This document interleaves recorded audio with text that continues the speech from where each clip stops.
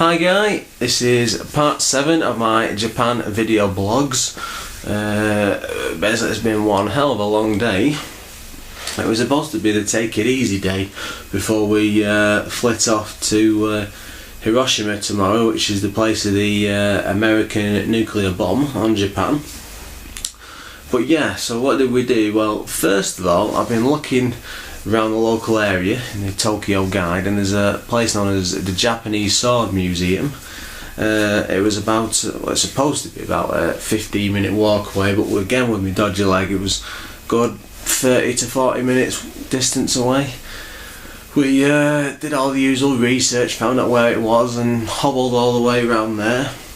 And turns out at the last bloody minute the thing had been closed from the 21st of December to the beginning of June, basically doing some renovations on the museum, and it was in the middle of some residential park, so it's not very well known, and the bloody thing was closed.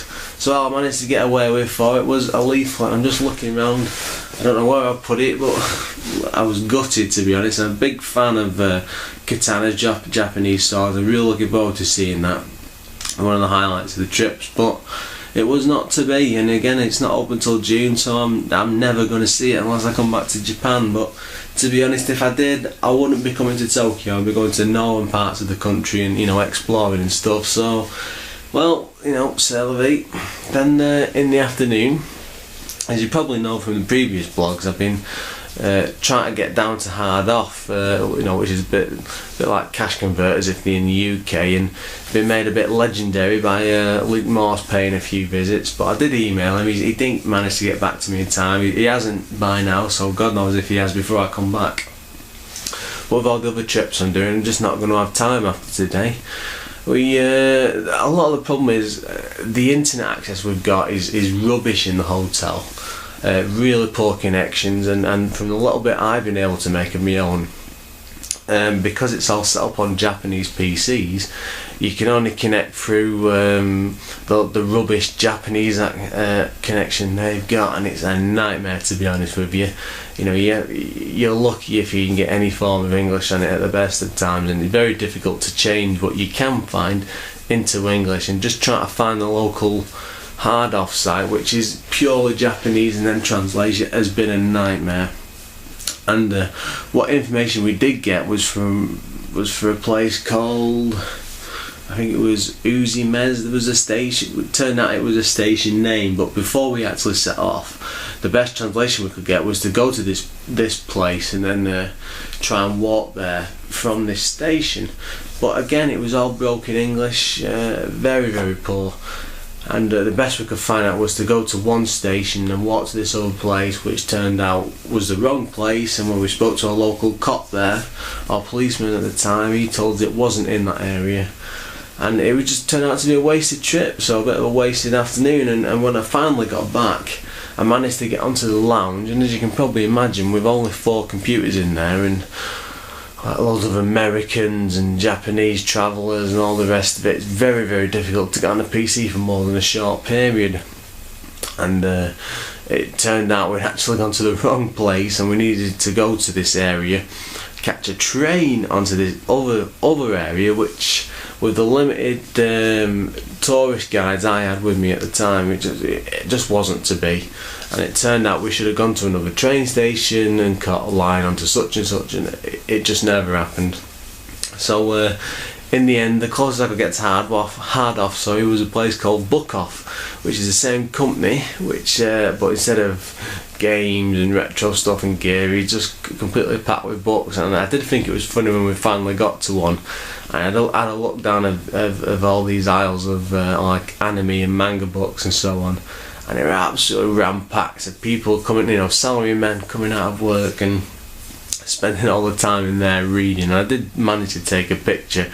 Again, you're not allowed to, and there was like cameras on the wall stopping you from doing so, so I got a sneaky picture in, which I'll attach onto the video at some point. But yeah, it was funny.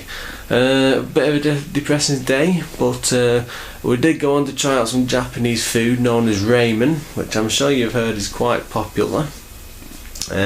Basically it's like a noodle and beef and eggs and stuff all thrown into a massive pot, and it turned out to be actually quite tasty. I've taken a couple of pictures of what I ate and what my mate ate, and yeah, I quite enjoyed it, and I can actually understand why it's a very popular dish in Japan, because it's quite tasty. I mean, after that we had a wander onto the Tokyo Metropolitan Government offices, which is like a really huge couple of towers. I think they're about 225 meters high, but again it was pitch black, and it was all lit up and stuff from the outside. I'd been told you can actually go up to it, and it was like a observation tower, but couldn't see any way whatsoever to get to the roof. I mean, we wandered around the basement and the first floor, which were all sort of like shopping centres, and there was a lift up to the 37th floor which we did sneak onto, but it all seemed to be card access, and there was 57 floors, and I couldn't work out how to get up to the up to the roof where the observation tower was.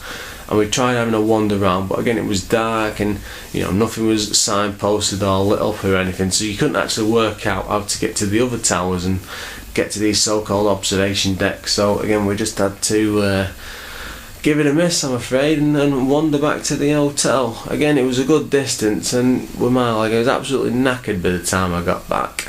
So we might try it another night, but again, I've got the next couple of days. We're going to be going to Hiroshima and I think it's Hakone or Hakone, whatever it's pronounced in Japanese, but again, I look forward to them in future blogs. And when those trips are done, we've maybe got a day or two of just random stuff to look forward to. I mean, one thing I did notice in the guide, which I didn't manage to get to the last time we went to Akibara, was the I think it was the anime centre, which is all about well, Japanese anime and stuff, and there's a full cell to visit, which I'm gonna try and get to when I get back. And as well as that, my mate doesn't know now. It'd kill me if he knew, but I want to get back to Super Potato if possible, just to have another wander around there and see what retro gear I can maybe get me hand on. I mean, I've already got too much, but well, what can you say? If you've got money burning a hole in the pocket, you always want to go back there and spend some more. So yeah, bit of a long day. Nothing really interesting happened. Everything was closed, and everything I wanted to see I couldn't. So well, that's another day for you guys. As always, keep an eye on the channel, and I will do my best to post another Japanese video blog soon. So thanks for watching.